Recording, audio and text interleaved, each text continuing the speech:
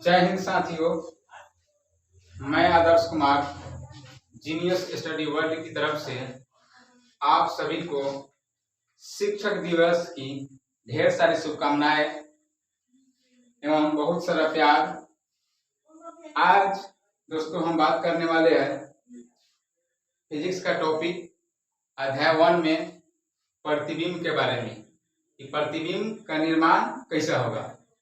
अलग अलग दर्पण में अलग अलग जगह पर वस्तु को रखने के बाद प्रतिबिंब का निर्माण करेंगे और किस जगह पर प्रतिबिंब का निर्माण कैसा बन रहा है वो सारी चीजें हम देखेंगे और समझने का प्रयास करेंगे। तो चलिए हम वीडियो को स्टार्ट करते हैं, क्लास को स्टार्ट करते हैं और चलते हैं टॉपिक की ओर। टॉपिक है आज क्या कि प्रतिबिंब का निर्माण। प्रतिबिंब का निर्माण यानी छाया का यानी फोटो का निर्माण किस प्रकार होता है। समतल दर्पण में कैसे होगा, अवतल दर्पण में किस प्रकार बनेगा, उत्तल दर्पण में किस प्रकार बनेगा, वो सारी चीजों को समझना है। इसलिए वीडियो में लगातार बने रहे और वीडियो को लास्ट तक देखें ताकि आपको बेहतर समझ में आएंगे। इसलिए चलते टॉपिक और कहता है समतल दर्पण वैसा दर्पण होता है जिसका परावर्तक सतह कैसा समतल सपाट, उसको बोला जाता है समतल दर्पण। तो समतल दर्पण में कैसा प्रतिबिंब बनता है यानी छाया कैसे बनता है। तो आप सभी जानते हैं कि हम लोग डेली प्रतिदिन जिस दर्पण में आईना में मिरर में अपना चेहरा फेस देखते हैं तो उस दर्पण को क्या बोला जाता है, समतल दर्पण। डेली आपका उसमें इमेज बनता है, प्रतिबिंब बनता है। तो समतल दर्पण हमेशा किसी वस्तु का प्रतिबिंब वस्तु के बराबर होगा, यानी जितना बड़ा वस्तु रहेगा उसका फोटो यानी छाया उतना ही बड़ा बनेगा। और समतल दर्पण पर जितना दूरी पर वस्तु को रखेंगे उतना दूरी पर क्या होगा, उसका प्रतिबिंब बनेगा।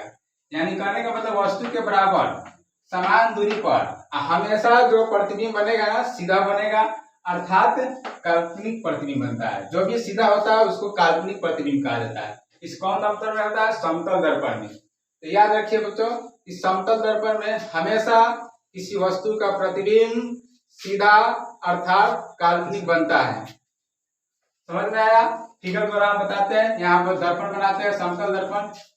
समतल दर्पण इसको पेंट करते हैं बच्चे।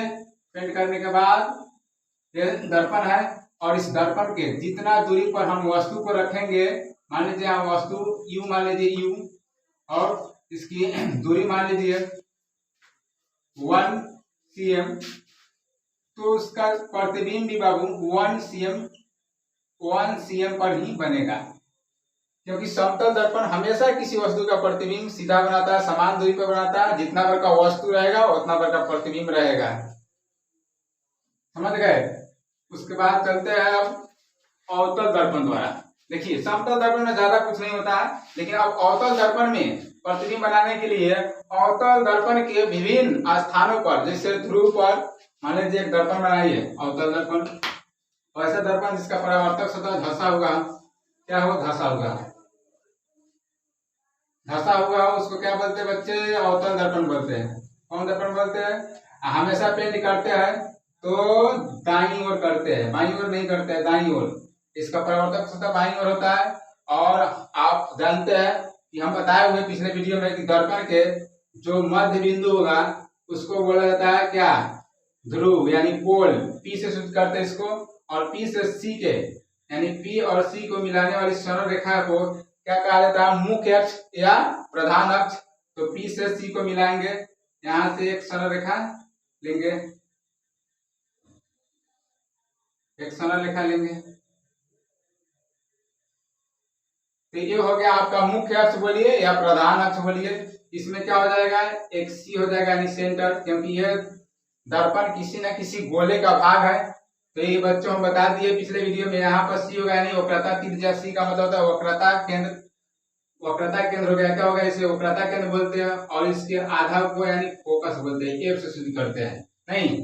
तो अब यहाँ पर क्या है, प्रतिबिंब अवतल दर्पण में क्या करेंगे कि अलग अलग जगह पर क्या करेंगे, प्रतिबिंब रखेंगे, वस्तु को रखेंगे और प्रतिबिंब बनाएंगे। तो पहले हम वस्तु को कहाँ रखेंगे, ध्रुव पर। यहाँ पर ये पी है, यही ध्रुव है, यहाँ पर वस्तु को रख दिए तो इसका प्रतिबिंब कैसा बनेगा ये भी देखना है। उसके बाद क्या करेंगे, पी और एफ के बीच में यहाँ पर रखेंगे वस्तु को, इसका प्रतिबिंब कहाँ बनेगा वो देखेंगे। फिर उसके बाद क्या करेंगे, फोकस पर रखेंगे और देखेंगे कि प्रतिबिंब कैसा बनेगा। फिर क्या करेंगे, फोकस और सी के बीच में रखेंगे वस्तु का और देखेंगे कि प्रतिबिंब दर्पण के पीछे बनता है कि आगे बनता है, उल्टा बनता है कि सीधा बनता है कि बड़ा बनता है, ये सारी स्थिति को देखना है। फिर उसके बाद क्या करना है, सेंटर पर रखेंगे वस्तु को और फिर देखेंगे इसका प्रतिबिंब कैसा बनेगा। फिर उसके बाद सेंटर और अनंत के बीच में रखेंगे वस्तु को, फिर देखेंगे इसका प्रतिबिंब कहाँ बन रहा है और लास्ट में अनंत पर रखेंगे और देखेंगे कि प्रतिबिंब कहाँ बन रहा है। इस प्रकार हम अलग अलग स्थिति में 1 2 3 4 5 6 गो स्थिति हुआ, 6 स्थिति के बारे में बारी बारी से जानेंगे। अभी फिलहाल जानने का प्रयास करेंगे कि अवतल दर्पण में जब वस्तु को हम, कौन वस्तु है उसको हम ध्रुव पर रखेंगे तो कैसा प्रतिबिंब बनेगा। अभी ये देखेंगे, चलिए ये अवतल दर्पण हो गया। ये दर्पण का नाम दे दिए एम और एन, उसके बाद ये ध्रुव हो गया और वो इसमें एक एफ हो जाएगा और एक सी हो जाएगा। उसके बाद कह रहा है कथी कि अवतल दर्पण में, कौन दर्पण में, अवतल दर्पण, इसका नाम लिख दीजिए बाबू, अवतल दर्पण। कंफ्यूज नहीं होना है, अवतल उत्तल कंफ्यूज नहीं होना है। अवतल दर्पण, अवतल दर्पण,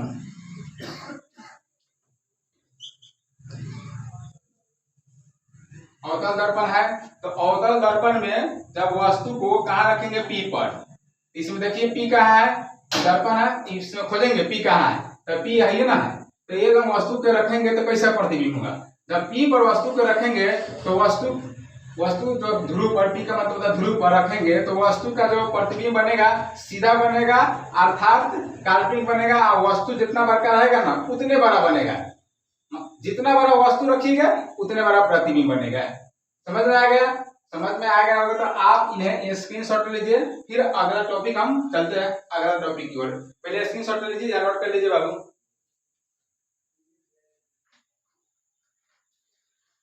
तो बच्चे आप लोग स्क्रीनशॉट ले लिए होंगे, चलते हैं नेक्स्ट टॉपिक की ओर। नेक्स्ट क्या है कि पहले का बताए हुए थे कि जब वस्तु को कहाँ रखेंगे, ध्रुव पर रखेंगे तो कैसा प्रतिबिंब बनेगा, वस्तु के बराबर बनेगा, सीधा बनेगा और काल्पनिक बनेगा। अब स्थिति बदल गया है, अब कहाँ रखना है वस्तु को, पी और एफ के बीच में रखे थे, पी और एफ के बीच में रखे थे तो बताए हुए थे। अब वस्तु को कहाँ रखना है, पी और एफ के बीच में, तब प्रतिबिंब कैसा बनेगा, दर्पण के पीछे बनेगा, वस्तु से बड़ा, सीधा अर्थात काल्पनिक बनेगा। कैसे बनेगा, फिगर के माध्यम से समझाएंगे। पहले क्या करेंगे, कौन दर्पण में काम कर रहे हैं, अवतल दर्पण में। किस दर्पण में हम प्रतिबिंब बना रहे हैं, अवतल दर्पण में, तो अवतल दर्पण बनाना पड़ेगा, अवतल दर्पण का फिगर बनाना पड़ेगा आपको। तो अवतल दर्पण बनाते हैं वैसा दर्पण जिसका परावर्तक सतह कैसा हो, धंसा हुआ हो, उसको बोलते हैं अवतल दर्पण। तो सबसे पहले क्या करेंगे, एक अवतल दर्पण बना लेंगे। अवतल दर्पण बना लिए और उसको कलई पेंट कर देंगे। उसमें क्या होगा, एक ध्रुव होगा पी, पी से मुख्य अक्ष, प्रधान अक्ष बोलते हैं जिसको, मुख्य अक्ष, और वस्तु को कहाँ रखना है, पी, पी और एफ के बीच में रखना है। तो एफ और पी और एफ के बीच यही ना है, तो यहाँ पर क्या करेंगे, वस्तु रख दिए और वस्तु से किरण जाएगा दर्पण पर पड़ेगा और परावर्तन होगा तो फोकस से होकर जाएगी। अब क्या करेंगे कि फिर सेंटर से किरण आरेख के नियम से क्या होता है कि जब कोई प्रकाश की किरण सेंटर से भेजते हैं तो क्या होता है, अपने विपरीत पथ में परावर्तन के बाद विपरीत पथ पर लौट जाती है। ये हम नहीं कह रहे हैं, फिजिक्स का नियम है, नियम के हिसाब से चलेंगे। और कभी भी प्रतिबिंब बनाते हैं तो जब तक दो गो रेखा एक दूसरे के काटेगा नहीं, प्रतिच्छेद नहीं करेगा, तो पॉइंट नहीं मिलेगा तो प्रतिबिंब फोटो बनवे नहीं करेगा। इसलिए इसको प्रतिबिंब को बनाने के लिए उस नियम का उपयोग करेंगे और इस नियम के तहत क्या करेंगे, किरण अरे कहाँ से भेजेंगे, सेंटर से भेजेंगे बाबू। अब ये सेंटर जाएगा दर्पण पर पड़ेगा और पड़ने के बाद ये फोकस से जो जाएगी आभासी प्रतिबिंब बनेगा, जहां काट दिया वही लंब प्रतिबिंब बन गया। ये क्या हो गया, ये वस्तु है ये बी, इसका नाम दिए ए और बी, ए डैश बी डैश, ये क्या हो गया, छाया हो गया, प्रतिबिंब हो गया।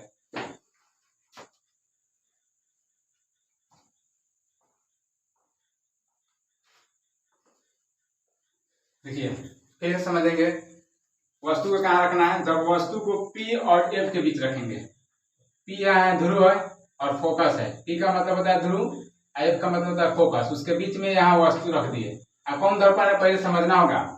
कौन दर्पण है? अवतल दर्पण में देख रहे हैं। तो अवतल दर्पण में जब वस्तु को P और F के बीच रख दिए तो वहां से प्रकाश की किरण को एक भेजेंगे दर्पण पर, और दर्पण पर पड़ेगा तो परावर्तन होगा तो फोकस से होकर जाएगी। और दूसरा क्या किया है कि एक सेंटर से क्या किया है, वक्रता केंद्र जिसको बोलते हैं, सेंटर का मतलब होता है वक्रता केंद्र से एक किरण आरेख को भेजे है, और ये दोनों जहां काटेगी वहां पर इसका प्रतिबिंब बनेगा। देखिए दर्पण के पीछे काट रहा है, ये आभासी प्रतिबिंब है। ये हमेशा वस्तु से बड़ा होगा। देखिए वस्तु कितना छोटा है और प्रतिबिंब कितना बड़ा है, इतना बड़ा है। इसलिए लिखेंगे तब प्रतिबिंब दर्पण के पीछे बनेगा। कहाँ बन रहा है? दर्पण के आगे बन रहा है कि पीछे बन रहा है? फिगर में पीछे बन रहा है। बहुत अच्छा। उसके बाद वस्तु से किससे बन रहा है? बड़ा है, सीधा है, उल्टा नहीं है, सीधा है, अर्थात काल्पनिक प्रतिबिंब बन रहा है। उसके बाद दूसरा है, दूसरा स्थिति क्या है? जब वस्तु को कहाँ रखेंगे? फोकस पर रखेंगे। अब इसमें तब प्रतिबिंब अनंत पर बनेगा, वस्तु से बहुत बड़ा बनेगा, उल्टा बनेगा, अर्थात वास्तविक बनेगा। चलिए इस फिगर के माध्यम से समझ लेंगे। इसको भी फिगर बनाते हैं। कौन दर्पण बनाना है? किस में काम कर रहे हैं? अवतल में। तो अवतल दर्पण बनाएंगे। फिर से अवतल दर्पण फिर से बनाएंगे।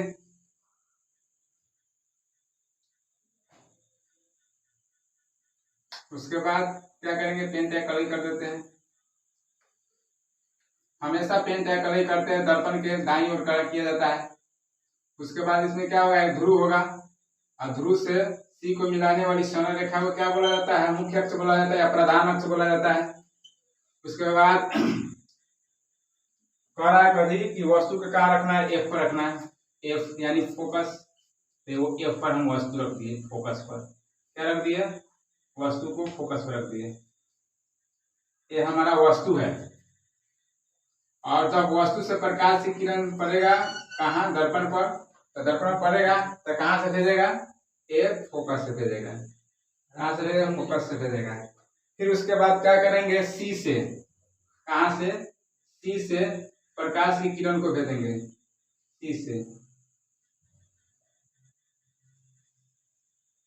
सी से प्रकाश की किरण को भेजेंगे। और जहां पर ये दोनों काटेगा उसको लिखेंगे अनंत। क्या लिखेंगे? अनंत। अनंत पर इसका प्रतिबिंब बनेगा। कहाँ बनेगा? अनंत पर प्रतिबिंब बनेगा। और वस्तु से, वस्तु का नाम ए बी, और प्रतिबिंब जो बनेगा ना हमको दिखाई नहीं देगा। आसमान में समझ लीजिए अनंत। अनंत का मतलब होता है बहुत दूर, इतना दूर कि आपको दिखाई नहीं देगा। इसलिए इसका प्रतिबिंब बन रहा है, कहाँ बन रहा है? उल्टा बन रहा है। देखिए वस्तु कहाँ है? ऊपरी है, और प्रतिबिंब कितने बन रहेगा? नीचे बन रहा है। तो देखिए क्या कह रहा है? जब वस्तु एफ पर हो तब प्रतिबिंब कहाँ बनेगा? अनंत पर। वस्तु से बहुत बड़ा बनेगा, आपको दिखाई नहीं देगा, अनंत कहने का मतलब है। और उल्टा बनेगा।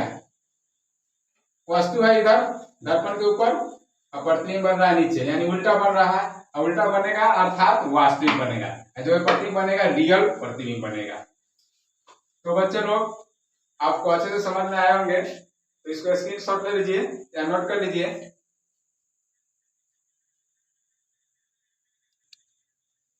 ठीक है बच्चे लोग, तो आप लोग स्क्रीनशॉट या नोट कर लिए होंगे। ठीक है, तो आज हम आपको बताए हैं 3 गो। कहाँ कहाँ बताया? समतल दर्पण द्वारा बताया है। अवतल दर्पण में जब वस्तु ध्रुव पर हो तो कैसा प्रतिबिंब बनेगा, जब वस्तु P और F के बीच हो तो कैसा बनेगा, और जब वस्तु F पर हो तो कैसा प्रतिबिंब बनेगा, ये समझाए हैं। अब आप इसको याद कर लीजिएगा और मिलते हैं नेक्स्ट क्लास के साथ। बाकी जय हिंद, जय भारत। हाँ एक बात और, इस वीडियो को ज्यादा से ज्यादा शेयर करें, लाइक करें, कमेंट करें, और जो भी परेशानी हो वो कमेंट में लिखें, ताकि हमें भी समझ में आए कि क्या हमारे द्वारा जो पढ़ाए गए बच्चों को समझ में आ रही है या नहीं आ रही है, जिससे और हम बेहतर से बेहतर प्रोडक्ट यानी आपको देने के प्रयास करेंगे। बाकी इन्हीं के साथ जय हिंद, आपके उज्जवल भविष्य की कामना करते हुए जय हिंद, जय भारत।